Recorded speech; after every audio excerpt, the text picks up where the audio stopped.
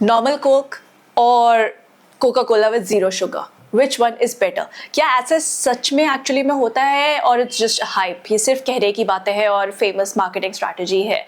Actually for this let's start reading their labels. वैसे जब मैंने इनका न्यूट्रिशनल टेबल पढ़ी then I got to know that actually में इसमें जीरो कोक में there is no energy, no carbohydrate, no sugar, nothing except sodium, that is 7.5 mg.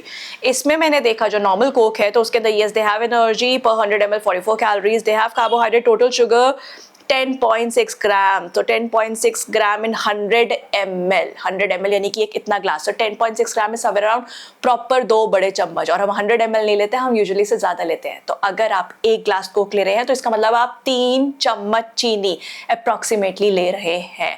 तो हाँ, इन दोनों में फ़र्क ये है कि इसमें शुगर लेवल है, इसमें शुगर्स नहीं है. तो शुगर नहीं है तो इसमें मीठा टेस्ट कैसे आता है? वो आता है आर्टिफिशियल फ्लेवर्स की वजह से.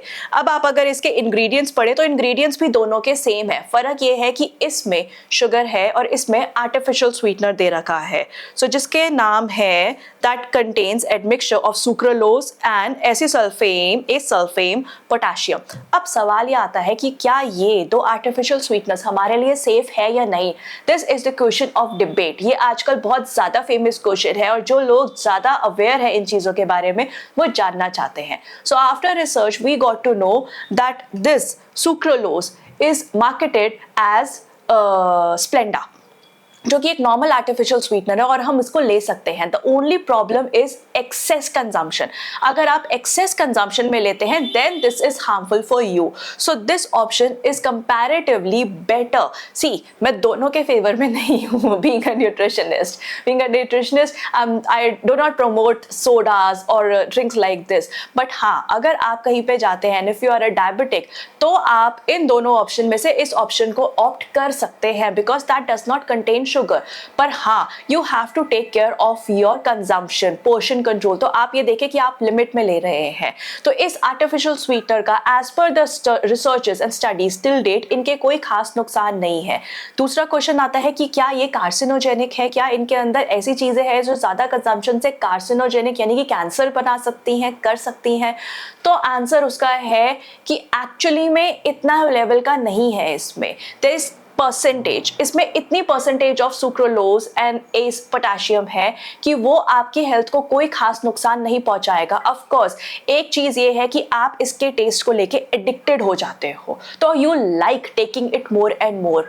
लो कैलोरी या नो कैलोरी होने के बावजूद भी इसका नुकसान ये होगा कि ये आपके गट में जाके जो गुड बैक्टीरिया है उसको खत्म करते हैं, काफी हद तक कम कर देते हैं. तो आपको डाइजेशन इश्यूज होने के चांसेस हो सकते हैं, या you will start feeling anxiety, या फिर आप एडिक्टेड हो जाओगे. ये आते हैं इसके साइड इफेक्ट्स. रही बात कैंसर की, कार्सिनोजेनिक की, तो अगर कैंसर होना है तो उसके लिए आपको इसकी कम से कम 10 बॉटल्स एक दिन में रोज लेनी पड़ेगी. So which is practically not possible.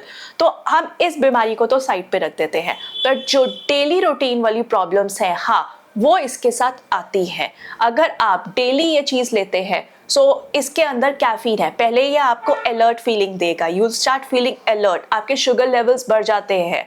But after that you start feeling, इसके अंदर डोपामिन लेवल्स हाई होते हैं which gives you feeling of pleasure, a satisfaction. So आपको ये लगेगा कि okay, I am feeling good, I am feeling satisfied, किसी काम में दिमाग लग रहा है, कंसंट्रेशन बन रहा है because it has good caffeine level. But later on you, जैसे इसके लेवल्स वापस कम होते जाएंगे, after your freshen up, you feel dehydrated. बाद में आपको लगेगा कि कुछ अच्छा नहीं लग रहा है, डिहाइड्रेशन लग रही है, प्यास और लग रही है. So these are the factors which you should take care of. If you are taking this then take it only as a taste and occasionally, not on a very regular basis, because ये आपको अपना addicted बना सकती है. इसके अंदर sweet नहीं है, कैलोरी नहीं है, पर इसका मतलब ये नहीं है कि ये लेने से आपके टूथ डिके नहीं होगा या फिर आपका वेट नहीं बढ़ेगा. ऑफ कोर्स उसके भी साथ में चांसेस हैं. So everything in control is advisable. Main bottom line is it is not carcinogenic, at least इतनी quantity में तो नहीं. The artificial sweeteners added here are safe to take, but yes, आपके gut में healthy bacteria को ये कम करते हैं. तो इसीलिए इनका intake कभी कभी ज़रूरी है. Drink good amount of water, take good diet if you are taking this even occasionally. So I hope this video was informative for you. In case if you want to know anything else, please do write it in comment section and let us know. We'll definitely answer that question. Do like this video, share this video with your friends, family, relatives, and don't forget to subscribe this channel to get regular educational videos like this. Thanks for watching.